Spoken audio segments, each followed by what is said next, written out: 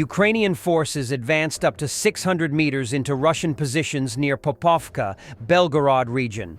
Russia's 34th Brigade retreated, losing ground. Now, the 155th Marine Brigade is reportedly counterattacking to reclaim lost positions, Russian mill blogger Romanov said. Russian telegram channels are whining about Ukrainian forces advancing in Russia's Belgorod region. Popovka District, Krasnoyarutsky District, Belgorod Oblast, temporarily occupied territory of Russia by Ukraine. This morning, southwest of the settlement, the armed forces of Ukraine, wearing identification markers in the form of white armbands, launched an assault on the positions of the 34th Brigade.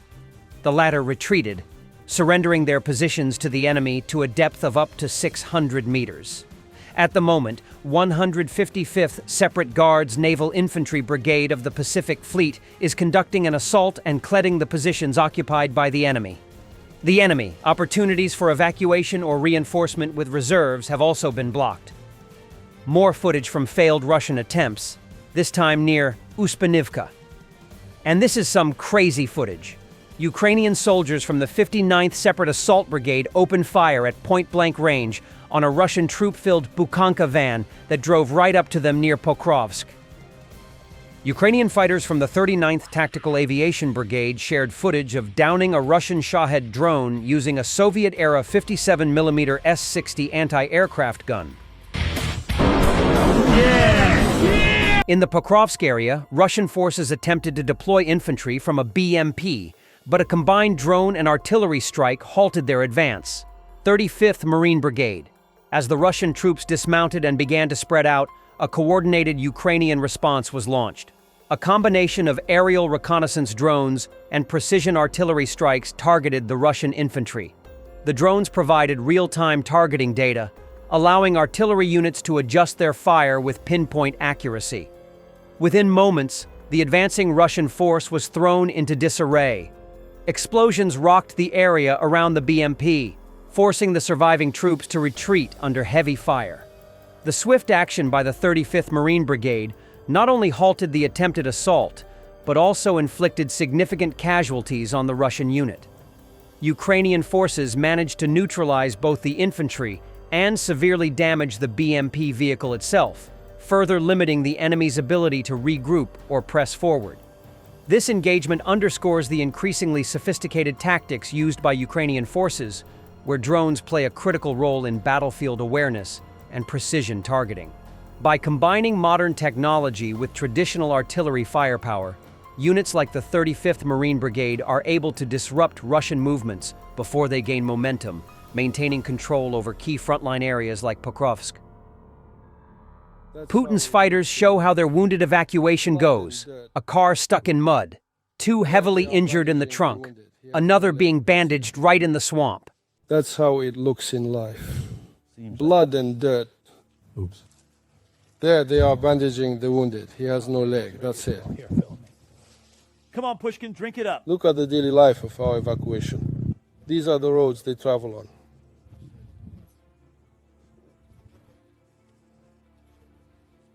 Real frontline roads. That's how they are. There are the guys stuck. And all of this. Right now we have 2 severely wounded in the truck. There's a person with almost no leg. Another with a seriously injured leg.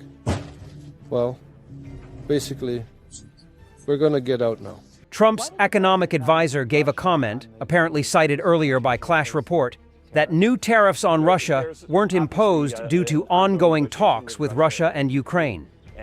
It's not wise to introduce new issues into these negotiations midstream. So, the Trump administration admitted that they exempted Russia from the tariffs, even though they claimed Moscow couldn't be tariffed due to the sanctions. Trump imposed tariffs on all allies, Canada, the EU, the UK, Australia, but kept his buddy in Moscow safe. Way to go, champ. Why did the president not include Russia on the list of countries who are facing tariffs?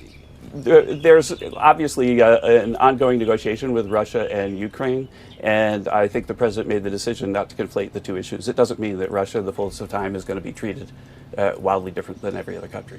But Russia's one of the only countries, one of the few countries that is not subject to these new tariffs, aren't they? They're in the middle of a negotiation, George, aren't they? Well, I'm asking a different question. Why? And I just want to know why. Would you literally advise that you go in and put a whole bunch of new things on the table in the middle of a negotiation that affects so many American and Ukrainian and Russian lives? Negotiators do that. Negotiators do that all the time. No. It's not appropriate to throw a new thing into these negotiations right in the middle of it. It's just not. So you are conceding that Russia is not paying any new tariffs, unlike many of our allies, including Europe, Canada, Mexico. Russia is in the midst of negotiations over peace that affects really thousands and thousands of lives of people, and that's what President Trump's focused on right now. Ukraine wants and can produce more air defense, but it needs its partners for it. Zelensky urged for fast and more help. Ukraine is pushing for more air defense, especially Patriots, in upcoming Ramstein talks. I urge U.S. and allies to act now to stop Russian missile terror. Ukraine can produce air defense systems and missiles, but we need localization and licenses from partners, said Zelensky. Poland warns Trump against a historic mistake on Russia. Pavel Kowal, head of Poland's Ukraine Cooperation Council, says recognizing Russia's claims on Crimea and Donbass would cross a red line for Central Europe. The German Ministry of the Interior has addressed the preparation of young people for a potential war with Russia. According to Handelsblatt, the focus is on educating school-age children, providing them with a foundational understanding of weapons, their various types, and their intended purposes. Meanwhile, CDU politician Rodrich Kiesewetter suggests implementing emergency preparedness training for students. In his opinion, a national emergency could lead to chaos among young people who would not know how to respond in such a situation. As an example, he cites Finland, where this practice has been in place for decades, providing students with basic knowledge and practical skills. At the same time, the Ministry of the Interior notes that while the federal states are responsible for determining the curriculum in schools, the federal government and the Federal Office for Civil Protection are ready to assist with materials for young people and teachers. It is worth noting that over the past 2 years, there have been ongoing discussions in Germany about increasing the combat readiness of armed forces and reinstating conscription due to the insufficient number of military personnel in the armed forces.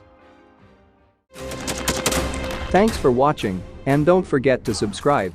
Also, if you want to support Warthog Defense, please become our member and get early access to new videos, exclusive members-only videos, and become administrator in comments section. The membership link is in the description. Rescues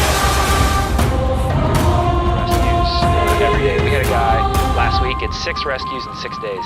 You know, he's doing the job every day.